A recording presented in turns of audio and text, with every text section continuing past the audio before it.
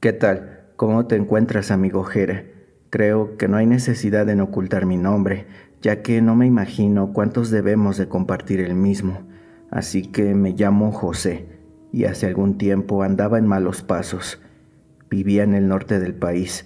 Era joven y bastante estúpido, para ser honesto. El lugar donde crecí, sin duda que era el claro ejemplo de lo que es la adulación a la narcocultura. Todos aspiraban a dedicarse a la mafia y a hacer grandes fortunas de ella. Recién un amigo mayor que yo acababa de unirse a esa vida. El compañero de juegos con el que nos juntábamos en la cuadra, ahora lo veíamos pasar en camionetas lujosas, armado y con radio como todo un bandido. Eso era algo bastante impactante para alguien como yo, y te hacía pensar que era una vida fácil, una gran vida. Pero detrás de las apariencias existe un infierno por el cual hay que pasar primero. Cuando cumplí los 17, me invitaron a trabajar como puntero junto a otros amigos. Nuestra labor consistía únicamente en informarle a los mandos del cártel los movimientos del ejército o de los contrarios. El único equipo que nos daban era un radio y un celular, es decir, que si los enemigos nos encontraban, no teníamos nada con qué hacerles frente. Desde ahí supe lo que es arriesgar el pellejo y vivir al límite por unos cuantos pesos. Durante ese tiempo vi caer a varios compañeros a manos de los contras o de las autoridades. Los que logramos aguantar hasta el final fuimos incorporados al cártel. Ya no era más un halcón, ahora me había convertido en sicario. Me mandaron a un centro de adiestramiento ubicado en las montañas. En ese lugar nos enseñaban lo básico, como es el uso de armas y la supervivencia en zonas aisladas. Fueron meses muy duros de entrenamiento. En ocasiones podíamos ver a lo lejos a los helicópteros de la Marina rondando el área, y en ocasiones veíamos los plantíos de hierba arder a manos del ejército. Pero nada de eso me hizo tirar la toalla. Al contrario, la adrenalina que sentía era una sensación sin igual, y al poco tiempo me gané un lugar entre los escoltas de un jefe de plaza. La muerte se convirtió en el pan de cada día. Uno pierde el miedo y hasta el asco después de ver tanta sangre y barbarie. Luego de eso me mandaron a Cuba para hacerme santo, es decir, entrar al mundo de la santería.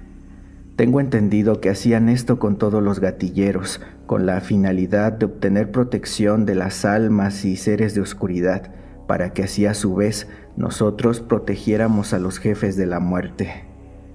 Me hicieron beber la sangre de un cordero, además de cortarme las venas y ofrecer la mía en un altar donde habían todo tipo de objetos e imágenes referentes a algo maligno.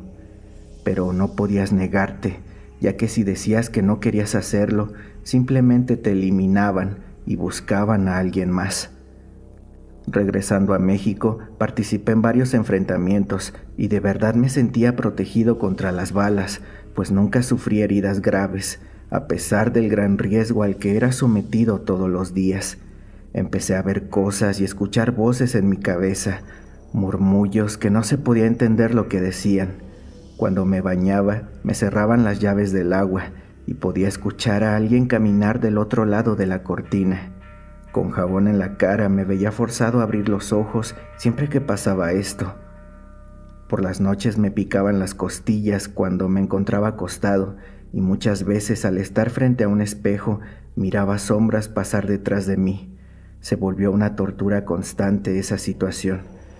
De inmediato pensé en buscar ayuda en mi religión hasta antes de todo esto, pero en Cuba nos dijeron que una vez dentro de la santería jamás se nos ocurriera volver a pedirle ayuda a Dios, porque eso enfadaría a las entidades con las que se firmó el acuerdo, y en lugar de protección traerían desgracia a nuestras vidas. Ingenuamente creí que si no le daba importancia al asunto desaparecería, pero evidentemente no fue así.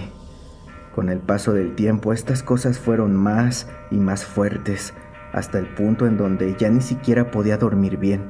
Me atormentaban en mis sueños y también fuera de estos. No sabía qué hacer.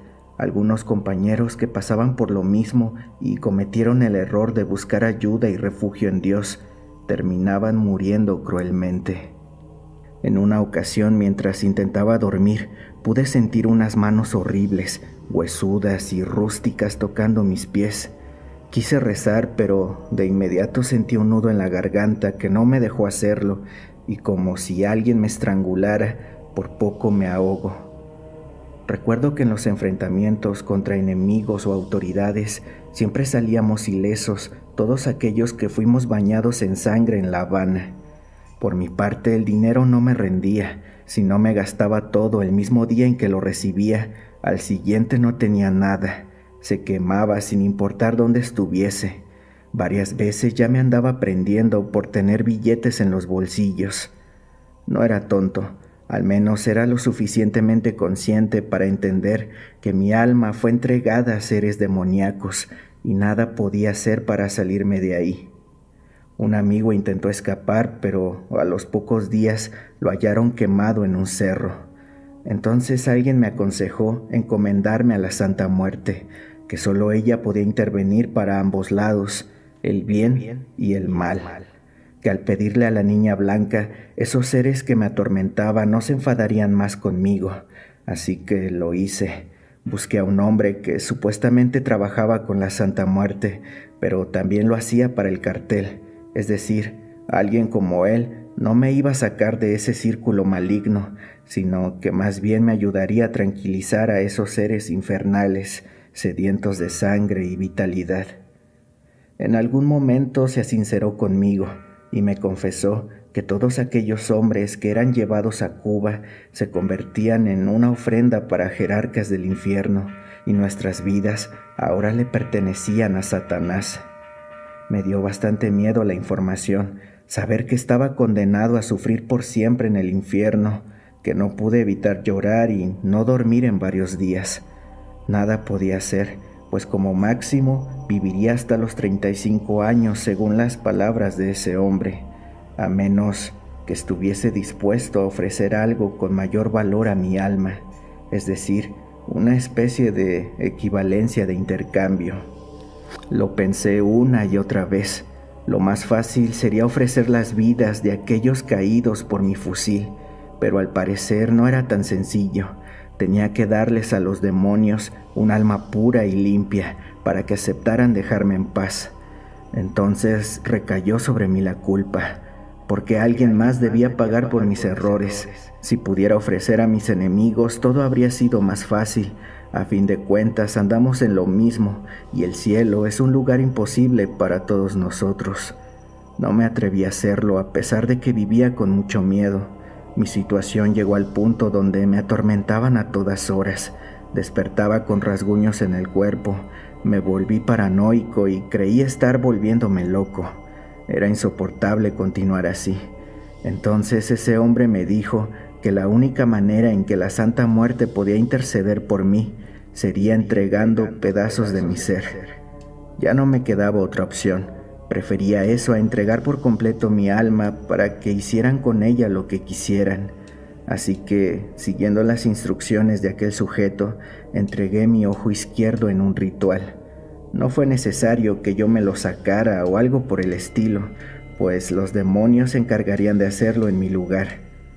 Pasaron algunos días y por fin la paz volvió a mi vida. Aquellos seres que me atormentaban se habían marchado. Por un momento creí que eso de darles mi ser en pedazos no era algo en forma literal, que solo irían tomando mi vida en partes o algo así, pero no. Poco después comencé a perder la visión del ojo izquierdo. Se empezó a secar como si fuese una pasa, hasta que lo perdí por completo. Fue entonces cuando lo comprendí. Mi ser, mi alma sería consumida por los demonios poco a poco, en una especie de nuevo trato. Pasaron los meses y el hombre que me estaba ayudando me buscó. Dijo que mis atormentadores querían otro pedazo igual de nueva cuenta. Yo me negué pensando que no pasaría nada, pero de inmediato regresaron para continuar con la tortura. No me quedó de otra. Tuve que ofrecer uno de mis brazos ahora para poder librarme de ellos. y así continúo hasta la fecha. Han sido años de irlo perdiendo todo. Mi brazo lo perdí en un enfrentamiento con el ejército. Una de mis piernas me fue arrebatada en una persecución y solo así el cartel me dejó retirarme, pues ya no era alguien útil para ellos. No sé qué más hacer. Si llegué hasta este grado fue para poder alargar mi vida un poco más, pues me aterra la idea de llegar al infierno y tener que rendir cuentas en ese lugar.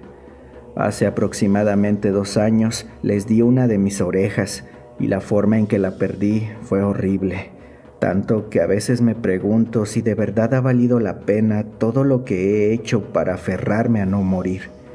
Tal vez se pregunten qué fue lo que pasó con mi familia, pues bueno, desde que elegí el camino de la delincuencia no los he vuelto a ver, y creo que eso es lo mejor. Si me vieran en mi estado actual, seguramente no sentirían más que pena y decepción por mí. Un hijo que quiso una vida fácil y a cambio no puede caminar sin la ayuda de un bastón, no puede oír ni ver bien y solo le queda un brazo para ayudarse a sí mismo. En unas cuantas semanas pienso entregar lo único que me queda, mi corazón, y al hacerlo espero que por fin se termine esta tortura, que pase lo que tenga que pasar, pero que ya se acabe, por favor. A veces recuerdo cuando era niño, y si pudiera volver en el tiempo, me hubiese encantado tomar otro camino, uno con menos problemas y consecuencias, haber seguido en la escuela para después encontrar un buen trabajo, hacer una familia y vivir honradamente, pero supongo que ya nada de eso es posible, y no me queda más que resignarme al propio infierno que yo mismo creé. Actualmente tengo 34 años. Creo que al final no hizo ninguna diferencia lo que hice y lo que estuve dispuesto a dar para, según, alargar mi vida un poco más. Pero bueno, así son las cosas. Les agradezco que me hayan escuchado. Créanme cuando les digo que me hacía falta desahogarme de alguna manera. Hasta luego y cuídense todos.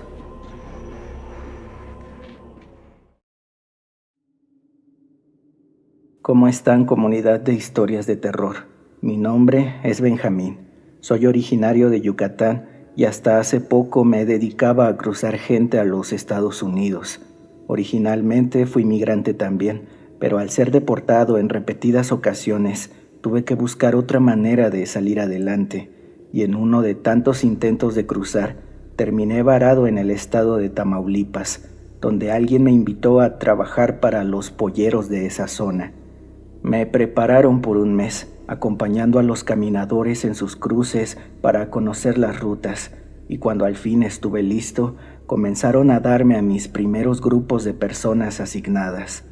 Son un montón de caminos los que debes conocer para evitar perderte. Están los que acortan la distancia que hay que caminar y los que se dejan como última opción en caso de toparte con la migra principalmente, o que el grupo sufra deshidratación y haya que buscar una fuente de agua para evitar bajas. En este negocio se gana muy bien, pues siempre se cobra en dólares y hay todo tipo de personas. Hay buenos polleros, pero también existen algunos bien ojetes, la verdad. Supe de algunos compañeros que eran bien abusivos e incluso varios de los que me enseñaron las rutas también me enseñaron a cómo ir deshaciéndose de las cajas en el camino. Así es como se les dice a las personas. De esta forma, llegas sin tanta carga al punto para que los levanten y todo se vuelva más rápido y fácil. Yo jamás lo hice, pero sí me vi obligado a abandonar gente porque de plano ya no podían seguir. Les recomendaba tomar un día de descanso y si sobrevivían, les decía por dónde ir para entregarse a la migra. O también se les da el aviso a los buscadores, aunque eso no siempre es así, pues uno nunca sabe si entre ellos puede venir alguna gente de los gringos. Aquí te topas de todo. Una vez me tocó llevar a un grupo de 12 personas, la mayoría eran hombres, y entre ellos venía un joven de 20 años. En una parada que hicimos para beber agua y comer un poco, este chico se asinceró y dijo que él se encontraba huyendo, ya que le debía dinero a un cartel. Durante todo el camino hizo una especie de amistad con un hombre que también venía en el grupo. Los vi platicar mucho y aquel sujeto incluso le compartía de su comida y agua al joven. Eso no se me hizo tan raro como tal, aunque no dejó de llamar mi atención, pues el vital líquido y los alimentos son lo más importante para el camino, hasta que llegamos a unos árboles para descansar bajo la sombra. Entonces, por lo mismo de que me llamaba la atención lo que venía pasando entre ellos dos, estaba atento a lo que hacían. Fue cuando aquel sujeto metió la mano a su mochila para supuestamente sacar unas galletas, pero en lugar de eso, lo que sacó fue una pistola, y con ella le quitó la vida a ese pobre muchacho. Todos nos quedamos pasmados sin saber qué hacer. Luego de meterle varios tiros, dijo que nadie se preocupara y solo siguiéramos nuestro camino, pues su única misión era el chico. Tomó sus cosas y agarró camino de regreso. Supongo que sabía cómo volver, pero nadie quiso saber más del asunto. Nos fuimos dejando el cuerpo del muchacho ahí en medio del desierto. Nada se puede hacer. Enterrarlo o inclusive solo ponerle rocas encima implicaría un esfuerzo extra que nadie está dispuesto a realizar. Únicamente le pusimos una manta por encima para taparlo, una que llevaba en su mochila, y cosas que pudieran serle útil a alguien más nos las llevamos. Así de cruel es la travesía. Nuestro peor enemigo es el sol y el cansancio, pero también está la patrulla fronteriza. Yo sé que hay mucho adorador de los gringos por ahí, sobre todo en internet. Piensan que son las mejores personas del mundo, pero nada más alejado de la realidad. Digo esto porque en base a lo que yo viví y pude observar, los gringos también son bien mierda, pues ni se imaginan la clase de culeros que son esos agentes de la migra que andan por el desierto cazando migrantes. Si te los llegas a topar y andan de malas o aburridos, te disparan a la menor provocación. Te echan a los perros solo para divertirse viéndote sufrir. Mi equipo y yo solíamos dejar provisiones de agua en diferentes puntos para hacerle el paro a las personas a nuestro cargo cuando éstas agotaran su agua, pero esos mierdas de la migra las tiran si las llegan a encontrar, o incluso les echan orines adentro a las botellas solo por maldad. Una vez acabábamos de cruzar el río Bravo, nos encontrábamos muy cansados y la noche estaba cayendo. Faltaba muy poco para llegar a un punto donde íbamos a descansar, cuando a lo lejos se podían ver algunas luces. De inmediato pensé que se trataba de los Border Patrol, así que le dije a todos que íbamos a tener que rodear la zona. Sin embargo, había algo extraño, pues escuchaban muchas voces y de repente también disparos. Así que dejé a todos en un lugar seguro y yo regresé cuidadosamente a ese lugar para ver qué pasaba, porque creí que tal vez habían agarrado a alguno de nuestros hombres y si era el caso, reportarlo al coyote al regresar, y también para saber con quién ya no contar en caso de una emergencia. Me escondí muy bien entre la maleza. Me coloqué en un lugar desde donde podía ver la situación. Entonces pude observar a 4 Border Patrol riéndose. Tenían a 2 hombres en cuclillas. Eran hondureños, porque los escuché decir palabras como vos y cheque, las cuales usaban mucho personas que llegué a cruzar de ese país. Seguramente se trataba de migrantes que se habían entregado por voluntad propia a esos güeyes. Parecían estar suplicando y se miraban bastante mojados. Los gringos no paraban de reír y entre carcajadas les pedían que se besaran. Aquellos hombres lo hicieron. De repente me llegó un fuerte olor a gasolina y en eso uno de los gringos prendió algo, un cerillo o un encendedor, no lo sé, y lo arrojó sobre los hombres que se encontraban besándose todavía. Fue una escena horrible que ya no quise ver más. Los gritos de agonía son algo que aún me despierta por las noches. En fin, así que regresé con mi grupo solo para alejarnos de ese lugar. La mayoría de las veces se tiene acuerdo con la gente de la mafia. Ellos te dicen por dónde puedes pasar y te avisan si la migra anda cerca, pero todo eso cuesta. Y si te llegas a cruzar con ellos por error mientras se encuentran haciendo sus cosas, ya no la cuentas. También es un gran riesgo que debes evitar a toda costa. Hace unos 8 años, la cantidad de personas que buscaban cruzar era impresionante. A mí me tocaban al menos 2 cruces por semana. Sin embargo, eso cambió de unos años para acá, porque el número de mexicanos se vio reducido considerablemente y en su lugar empezamos a cruzar a gente de otras nacionalidades, mucho centroamericano, demasiada gente de Sudamérica, asiáticos y hasta musulmanes. No es por ser mala onda ni nada por el estilo, pero a los hermanos centroamericanos los usamos para mandarlos al plato. Es una expresión que usamos entre nosotros para referirnos a que se los ponemos en el plato a los migras para que se los coman, mientras cruzamos a otras personas que realmente van a tierra estadounidense por una estadía, pues los centroamericanos muchas veces van incluso solo por la experiencia. Saben que si se entregan les pueden dar asilo político por un tiempo y después los regresan a su país o a México, donde creo que también se los dan por un corto periodo. Así que nos concentramos más en otra gente que en ellos. En todo el tiempo que llevo en esto, he visto sucumbir a todo tipo de personas ante el difícil y cruel desierto. Sin embargo, los musulmanes nunca los he visto quedarse en el camino. La verdad, son gente bien cabrona y casi no se quejan de nada. Supongo que están acostumbrados a la adversidad, por esa razón jamás los miras derrumbarse y siempre llegan al otro lado. Otra cosa que siempre me pasaba en el trayecto es encontrar huellas de animales, pero recuerdo que había una que me perturbaba demasiado, pues parecía de una serpiente. Sin embargo, era demasiado grande, y por donde dejaba su marca ese animal, encontrábamos huesos humanos. Algunos de mis colegas creían en cosas paranormales. Decían que se trataba de nahuales, skinwalkers o ese tipo de cosas. Yo prefería no pensar en nada de eso, pues el camino ya es lo suficientemente terrorífico como para sumarle más a la lista. Las noches son de miedo. Puedes escuchar a los animales acercándose poco a poco, lamentos a la distancia y el viento sopla muy fuerte, además de que es muy frío. Por eso, yo les recomiendo siempre abrazarse entre todos para darse calor, pero sobre todo para darse confort, que es algo muy necesario ahí en medio de la nada. En más de una ocasión vi cosas que no puedo explicar, bolas de fuego y luces que aparecían en el cielo. A veces bajaban al suelo y se movían de formas muy extrañas.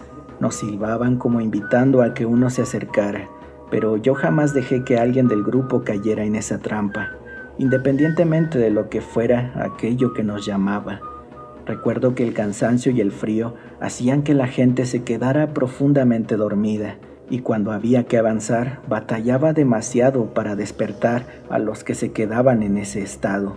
Algunos no despertaban con nada, literalmente con nada, aunque claramente seguían respirando. Si esas personas iban acompañadas de alguien más, pues su familiar se encargaba de llevarlo cargando hasta que por fin abriera los ojos. Pero si acaso iban solos, no podía hacer nada más por ellos, y me veía en la penosa necesidad de abandonarlos, pues no podemos retrasarnos por su culpa. Tristemente es algo más común de lo que yo quisiera, pero todos conocen los riesgos al ir. Bueno, la razón principal por la que envié mi relato fue para contar lo siguiente. Una vez me encontraba en Nogales tomando yo solo en una cantina. Ya estaba algo borracho, pero me acuerdo bien de todo. De pronto, un sujeto alto se sentó a mi lado sobre la barra. Se presentó. Tenía un acento gabacho y le costaba hablar español, aunque no parecía gringo. Me dijo que ellos sabían quién era y a lo que me dedicaba. Lo primero que me vino a la mente fue que tal vez era integrante de algún cartel o un tipo de agente gringo entrometido.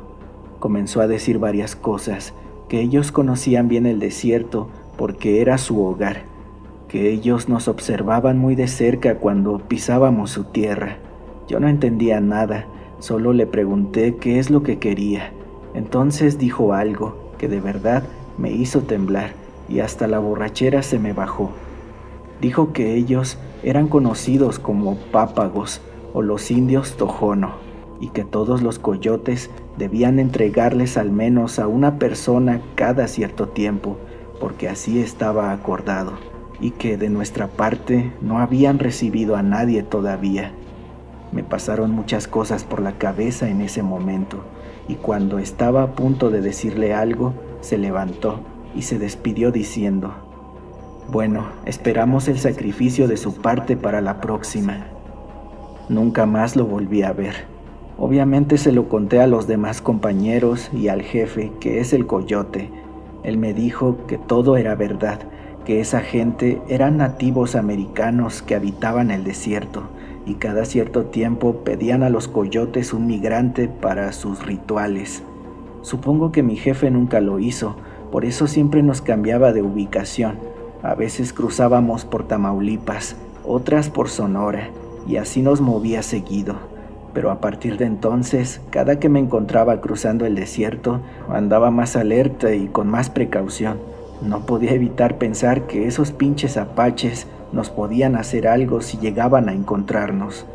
Por fortuna nunca pasó. Sin embargo, vaya que cambió mi perspectiva con respecto a mi trabajo. Poco después me retiré, porque mi edad y condición física ya no me ayudaban mucho, cosa que es vital para esa chamba. Puse un negocio y ahora me dedico a algo completamente diferente. Si me lo permiten, me gustaría darles un consejo a todos antes de despedirme. No se arriesguen a cruzar por el desierto. El peligro es demasiado alto y mucha gente se queda en el camino. Los buscadores, la mayoría de las ocasiones, solo encuentran los cuerpos ya sin vida.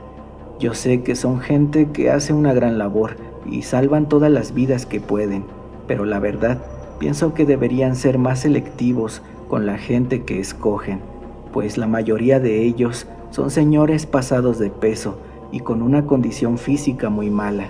Terminan usando la ayuda que llevan para los migrantes en ellos mismos, porque a medio camino ya se lastimaron o ya no pueden seguir por el cansancio, y para un migrante que se debate entre la vida y la muerte, ese tiempo puede ser vital. Pero bueno, solo es algo que quería decir. Cuídense mucho y un gran saludo para el buen Jera narrador.